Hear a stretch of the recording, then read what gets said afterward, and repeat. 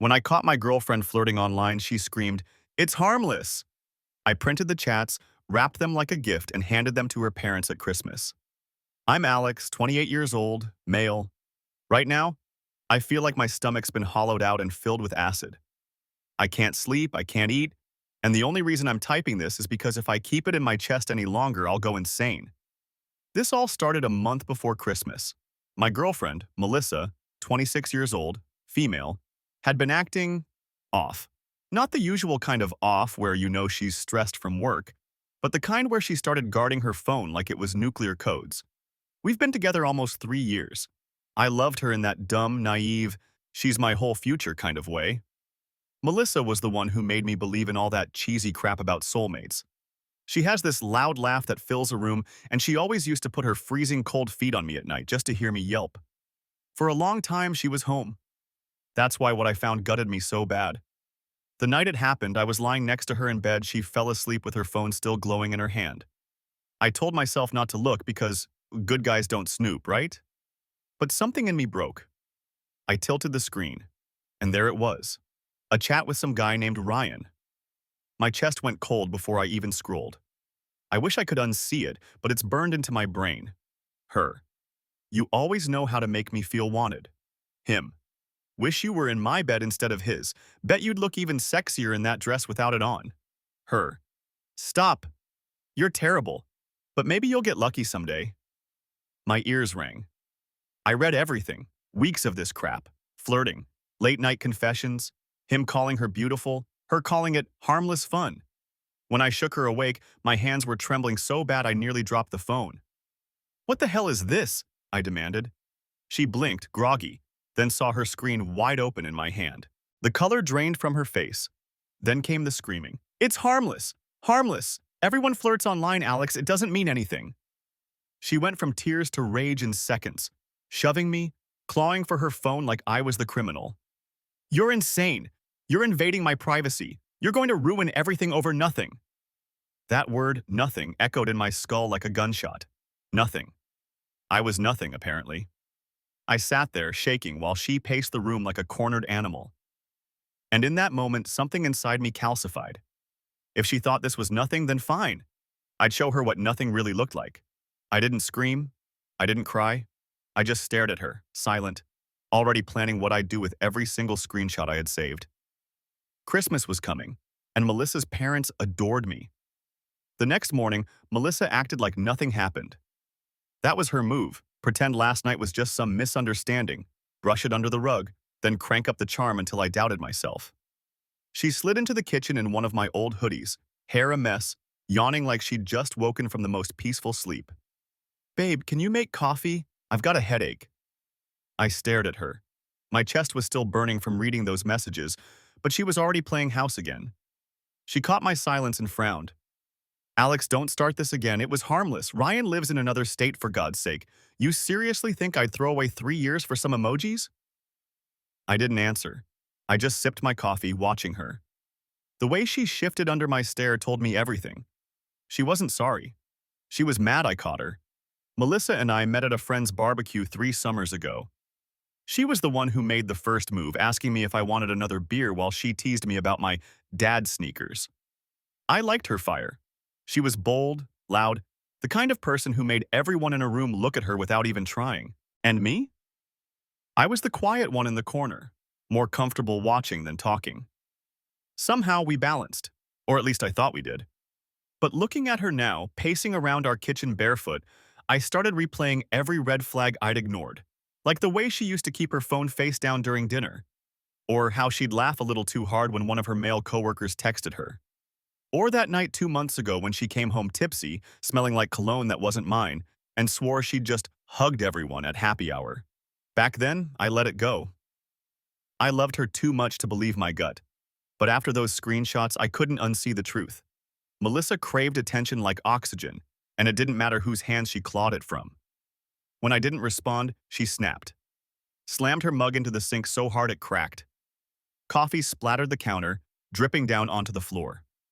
"You're pathetic, Alex, sitting there like some martyr. If you can't handle a little harmless fun, maybe you're not man enough for me." I felt something sharp twist inside me. For the first time in years, I didn't try to calm her down. I didn't chase her with apologies or explanations. I just said coldly, "Funny, I think your parents would love to see what harmless fun looks like in writing." Her face went white. Pure fear. She lunged at me, nails digging into my arms, screaming, "Don't you dare! Don't you dare! They'll hate me forever!" I pushed her off, hard enough that she stumbled back into the counter. The glass fruit bowl rattled, one orange rolling to the floor. She froze, chest heaving, staring at me like she didn't recognize me. Good. Because the Alex she knew, the one who always forgave, who let her rewrite the story, was gone. I walked past her, phone in my pocket, heart pounding with a strange calm. I already knew what I was going to do. Christmas was in 2 weeks, and Melissa's family loved giving gifts. The next few days were hell. Melissa swung between fake sweetness and nuclear meltdowns like she was auditioning for 2 roles at once. One morning she made pancakes shaped like hearts, acting like nothing was wrong. That night, when I didn't kiss her back, she locked herself in the bathroom and cried loud enough for the neighbors to hear. She wanted me to break. That was her game. Make me feel like the villain until I apologized just to stop the chaos. And God, she was good at it. For years, I'd fallen into that trap. But not this time. One night, she actually tried to grab my laptop out of my hands while screaming, "Delete those screenshots right now!" When I wouldn't let go, she smashed a photo frame off the wall instead.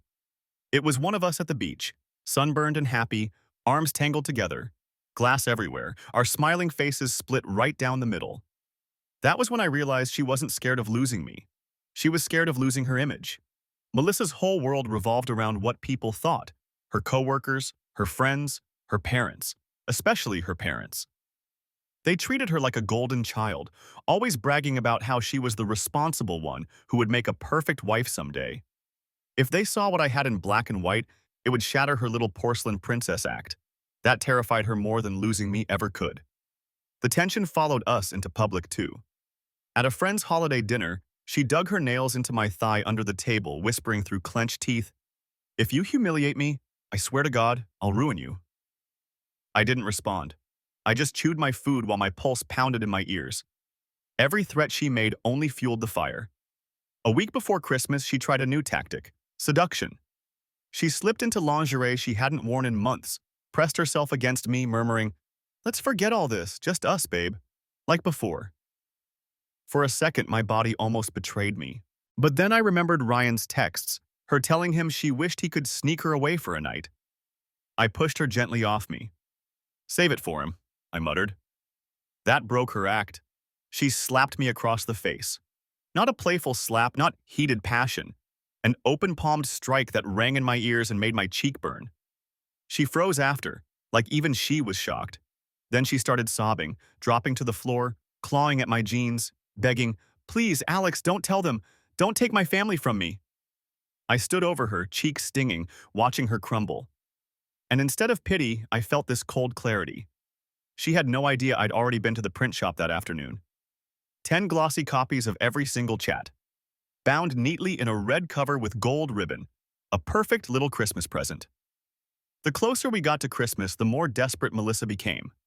She tried every trick in her arsenal, crying, flirting, rage, but when none of it worked, she turned outward. She started whispering to our mutual friends. I didn't know at first, but then I got a text from Jenna, a friend of ours. "Hey, Melissa said you've been paranoid and controlling. Everything okay?" Controlling. That was the word she chose. The same word she screamed at me that night when I caught her red-handed. I could practically hear her rehearsing it, spinning herself into the victim. I didn't bother defending myself. I just texted back, "You'll see soon enough." Then came the phone calls from her mom, Carol. Sweet voice laced with suspicion. "Alex, honey, Melissa says you've been fighting a lot. Is everything all right between you two?" I bit back the urge to laugh. Carol worshipped Melissa, always called her the perfect daughter. She once told me I was lucky to be with someone so stable. The irony nearly choked me. "Everything's fine," I told her flatly. "You'll see us at Christmas." And oh, she would. The night before Christmas Eve, Melissa completely snapped. I came home from work to find my clothes scattered on the porch, half of them dumped in the snow. She was standing in the doorway with wild eyes, shouting, If you're going to destroy me, then just go. Leave, I don't want you here. Neighbors peeked out their windows. My face burned with humiliation, but inside I was cold. I calmly picked up my shirts, brushed the snow off, and carried them back inside past her. She screamed until her throat cracked, following me room to room, hurling whatever she could grab. A mug shattered against the wall 2 feet from my head. Finally, she collapsed in the hallway, sobbing so hard she could barely breathe. I stepped over her without a word. That night, while she cried herself to sleep on the couch, I tucked the red-wrapped package under my coat. I couldn't risk her finding it. Christmas morning came like a calm before the storm. She was all dolled up in a green dress, hair curled, smiling like the last 2 weeks never happened. To anyone else, she looked radiant. To me, she looked like a porcelain mask about to crack. We drove to her parents' house in silence. I kept my hand in my coat pocket, fingers brushing the ribboned package. My heart was steady, almost eerily so. Her parents greeted us at the door with hugs and eggnog. Carol kissed Melissa's cheek. Her dad, Greg, slapped me on the back, calling me son. They ushered us into the living room where the tree glowed, presents piled high underneath. Melissa squeezed my hand too tightly, nails digging into my palm like a silent threat. Don't you dare. I squeezed back, just enough to make her wince. Then I smiled, because she had no idea her gift was the only one I couldn't wait to see unwrapped. Update, holy hell. You guys, I didn't expect this post to blow up, but thank you for every single comment. Some of you told me to just pack my stuff and leave. Others said I should burn her life to the ground. A few of you even joked about wrapping the chats like a present. And yeah, that one hit a little too close to home. Well, I did it. Tonight, we were at Melissa's parents' house. The whole family gathered around the tree. Carol was buzzing around with her camera, Greg was making his lame dad jokes, and Melissa was glued to my side, smiling way too wide. She looked like a pageant contestant trying to hold it together.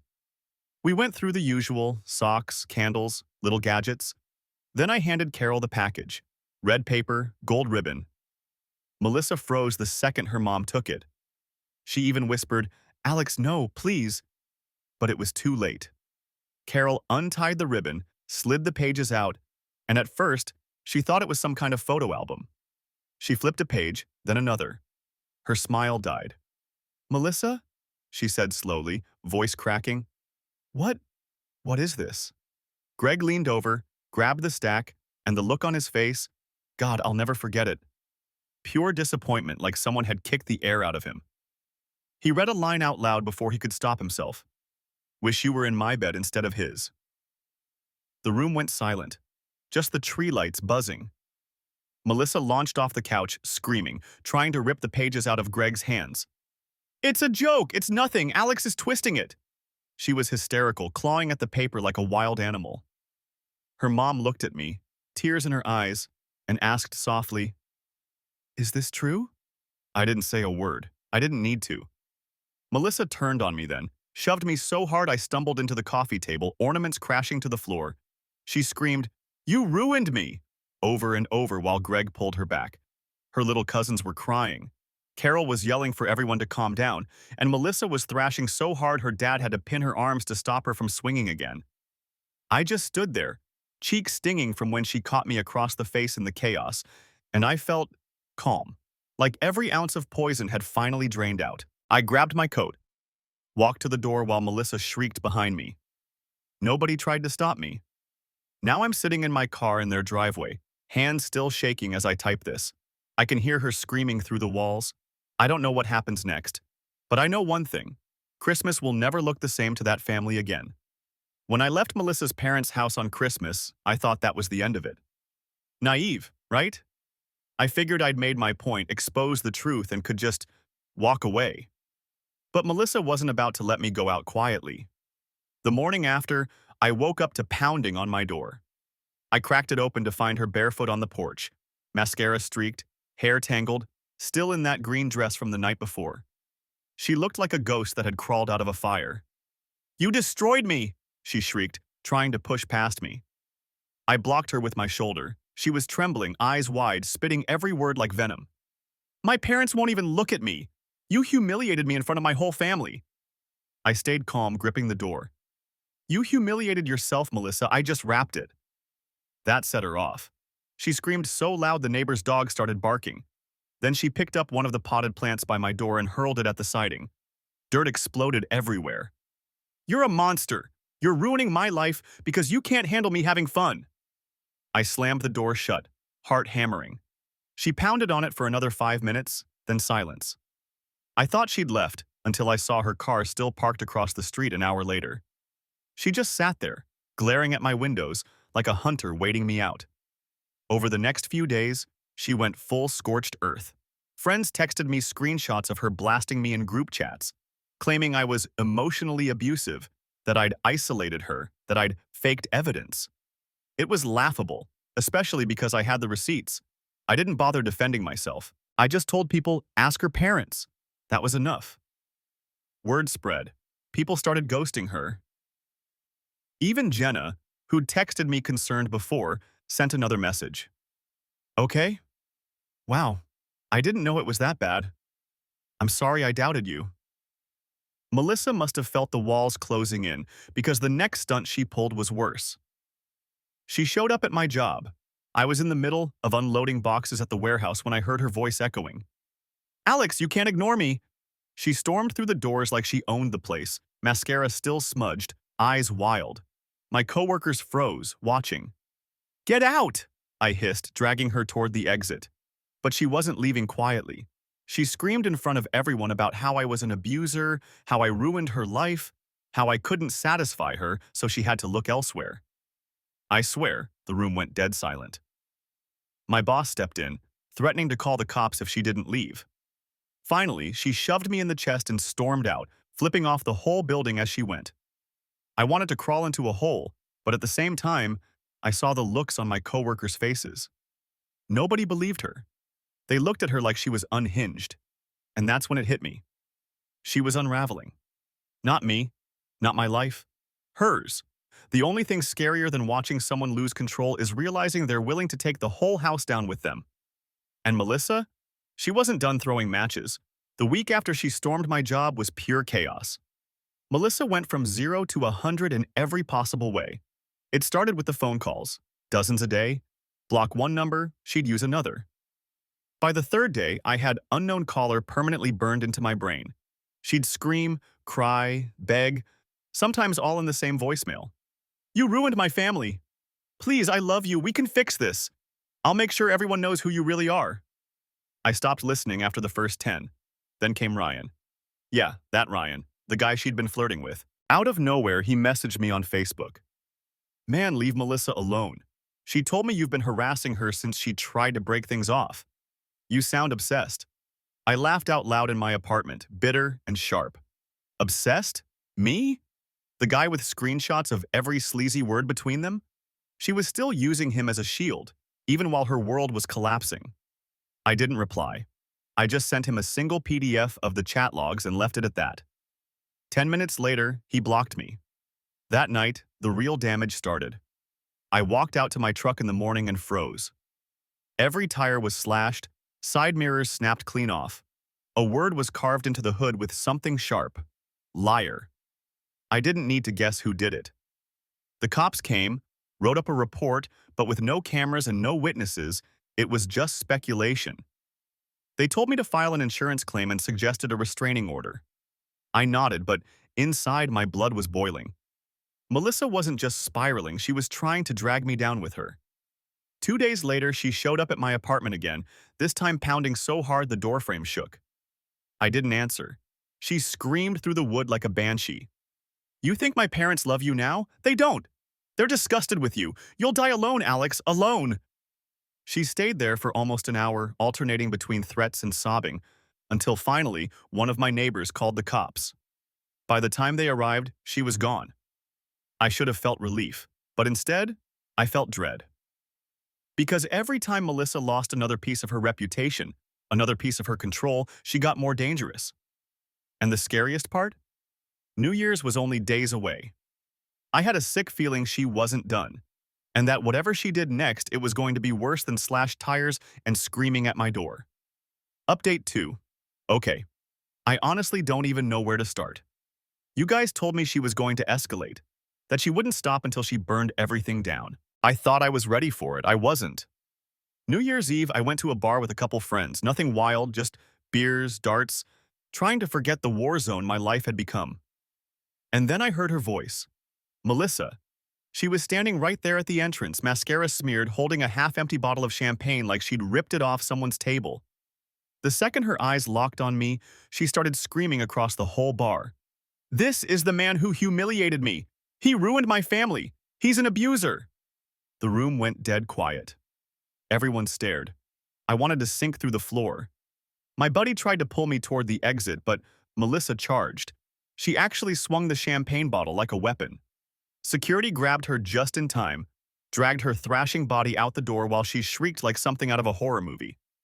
And here's the kicker. Someone filmed it. Not me, not my friends, some random guy at the bar.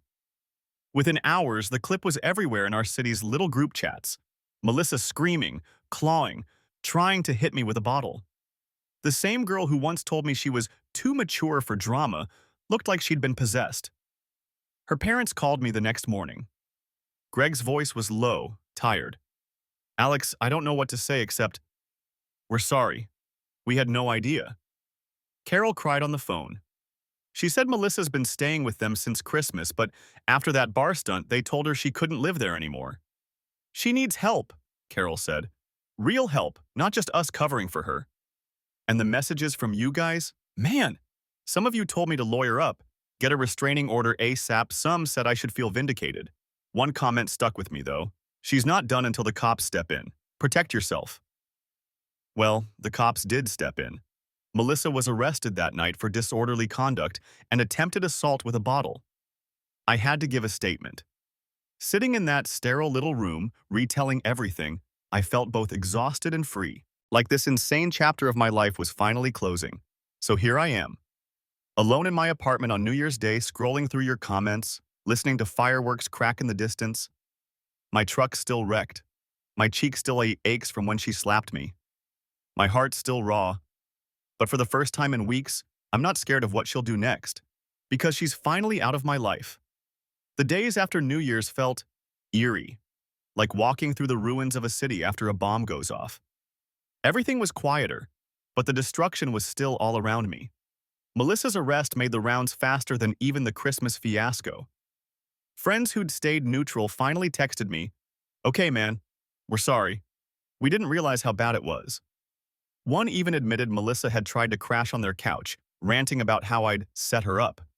They kicked her out within an hour. Ryan vanished completely, deleted his profile, stopped showing up anywhere. My gut says he wanted nothing to do with the fallout once he saw how unstable she really was. Funny how harmless fun looks a lot less harmless when it comes with handcuffs. Her parents, though, that's what really got me. Greg called again, voice heavy. "Alex, we failed her. We believed everything she said because it was easier than seeing the truth. I'm sorry you had to be the one to show us." I wanted to feel vindicated, but instead I just felt tired. 3 years of my life had gone into Melissa. 3 years of trying to believe in her laughter, her warmth, the way she used to fit against me like she belonged. And now, all anyone saw was the banshee screaming with a broken bottle. One night, I found myself sitting on the couch, staring at the shattered picture frame she'd broken weeks ago. That beach photo of us smiling under the sun. I'd kept the pieces in a drawer, telling myself I'd fix it. But looking at it now, I realized there was nothing to fix. I carried the glass out back, dropped it into the trash, and felt something loosen in my chest. Not relief, not joy, just space. Space for something that wasn't her. But Melissa wasn't done haunting me. The following week, I got a call from an unknown number. Against my better judgment, I answered. It was her voice, raw, broken. "Alex, please, I don't have anywhere to go. I'll do anything. Just let me come home." For a second, old instincts kicked in. The part of me that once loved her, that wanted to protect her. But then I remembered her lunging at me, her nails digging into my arm, her voice screaming, "You ruined me," in front of her family. I hung up without a word, and for the first time in this whole nightmare, I felt like I had control again. A week after Melissa's desperate phone call, a letter showed up in my mailbox. Her handwriting on the envelope. My stomach twisted just seeing it. I almost tossed it straight in the trash, But some morbid curiosity made me tear it open. Inside was 3 pages of messy script. She begged me to forgive her, said she'd lost herself, that she wasn't thinking straight. She blamed stress, loneliness, even hinted that her parents had turned her against herself. The last line read, "If you ever loved me, please don't leave me alone in this." I read it twice. Then I lit a match and watched it curl into black ash in the sink. Because here's the thing, Melissa wanted me to be her safety net, her backup plan. The man she could betray, scream at, humiliate, and still expect to catch her when she fell. But I wasn't that man anymore. Over the next few weeks, I started putting myself back together, got my truck fixed, picked up extra shifts, went to the gym again for the first time in months. Small steps, but each one felt like reclaiming a piece of myself I'd lost in the chaos. Friends who'd ghosted me came back around.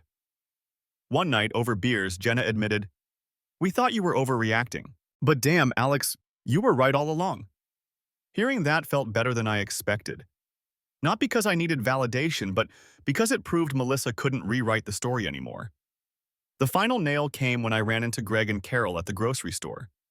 They looked older, worn down, but when Greg shook my hand, he said quietly, "You did the right thing, son. We see it now." I nodded, thanked them, and walked away. For once, there was no bitterness, no anger, just closure. The real revenge wasn't the package under the Christmas tree or the chaos that followed. It wasn't the slashed tires or the bar meltdown or even the mugshot floating around our town. The real revenge was simple. She lost everything, and I walked away with my dignity intact. Melissa used to tell me I was too safe, too boring, but in the end, she burned her own life down because she couldn't stand safety. And I'm still standing. This year, when I take down the Christmas decorations, I won't be thinking about her. I'll be thinking about how sometimes the best gift you can give yourself is freedom.